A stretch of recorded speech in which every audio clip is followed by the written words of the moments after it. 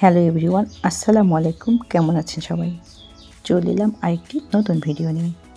এতগুলো luggage bag নিয়ে আমি কোথায় যাচ্ছি বলুন তো? চলুন আজকে শেয়ার করি সেটাই। কিছুদিন আগে আমি ঢাকায় গিয়েছিলাম, আর আমার ঢাকা ট্যুরের এটা যাওয়ার দিনের ভিডিও। আসলে সব কিছু মিলিয়ে একটু শেয়ার করতে দেরি হয়ে গেল। এই তো মেয়ে রাস্তায় ঘুমিয়ে পড়ছে, আর এখানে আমরা বাস কাউন্টারে অপেক্ষা করতেছিলাম। তারপর আমরা বাসে উঠে পড়লাম, আর আমরা উঠেছিলাম রংপুর কামারপাড়া থেকে। আর ওইদিন অনেক কুয়াশা ছিল, একদম কিছুই দেখা যাচ্ছিল না। রাস্তায় তেমন ভিডিও নিতে পারিনি, যেহেতু মেয়ে আমার করেছিল। আর যেখানে আমরা ফুড ভিলেজে ফ্রেশ হওয়ার জন্য এখানে ব্রেক দিয়েছিল, তারপর ফ্রেশ হয়ে নিলাম। মেয়ে তো পুরো রাস্তায় ঘুম, তারপর এখানে ঘুম ভেঙে গিয়েছিল ওর। তারপর ভাবলাম যে আমরা এখান থেকে একটু দই নিই, যেহেতু ওটা বগুড়ার মধ্যেই। তো একদম বগুড়ার মেইন শহরে যে আকবরিয়া বলেন বা এশিয়া বা এশিয়ান, এই দইগুলো অনেক ভালো,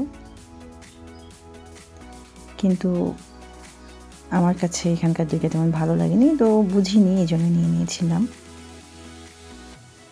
যাই হোক, আমার মেয়ে তার নানার হাত ধরে ঘুরে বেড়াচ্ছে দেখুন।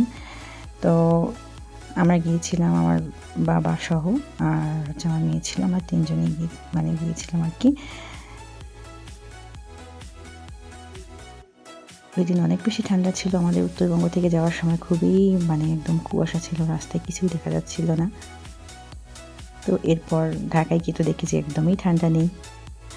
এই তো আমরা সকাল সকালই চলে আসলাম। আমরা নেমেছিলাম গাবতলী থেকে, আর একটু এগিয়ে এসআর যে বাস আছে তার কাউন্টার এখানে কি জানি টেকনিক্যাল মোড় বলে ঢাকার, গাবতলী পার হয়ে। তো এখানে ওনারা আর কি আমাদেরকে নামিয়ে দিয়েছিল, একদম লাস্ট স্টপ আর কি। তো এখানে নেমে তুমি অপেক্ষা করতেছিল ওর বাবার জন্য। এরপর ওর বাবার সাথে আমাদের কথা হলো। ওর বাবা বলল যে, আমি বললাম যে আর আসার দরকার নেই, ওর বাবা শাহবাগ থেকে আসার কথা ছিল।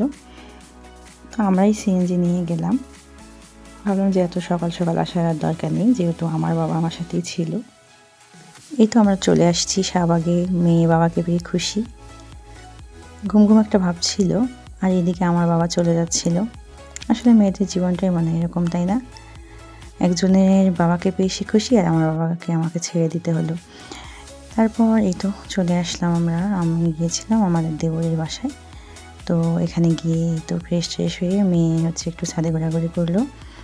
আর আমার বাবা তো কাজে আসছিল, আমার বাবা সেখানে গিয়েছিল, আমাদের সাথে আর আসেনি। মেয়ে একটু ছাদে ঘোরাঘুরি করলো ওর ভাইয়ার সাথে।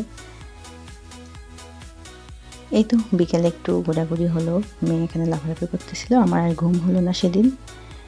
তো সব কিছু মিলিয়ে যাই হোক, আমরা ভালোভাবে পৌঁছাইতে পেরেছিলাম, এটাই অনেক। আল্লাহ হাফেজ।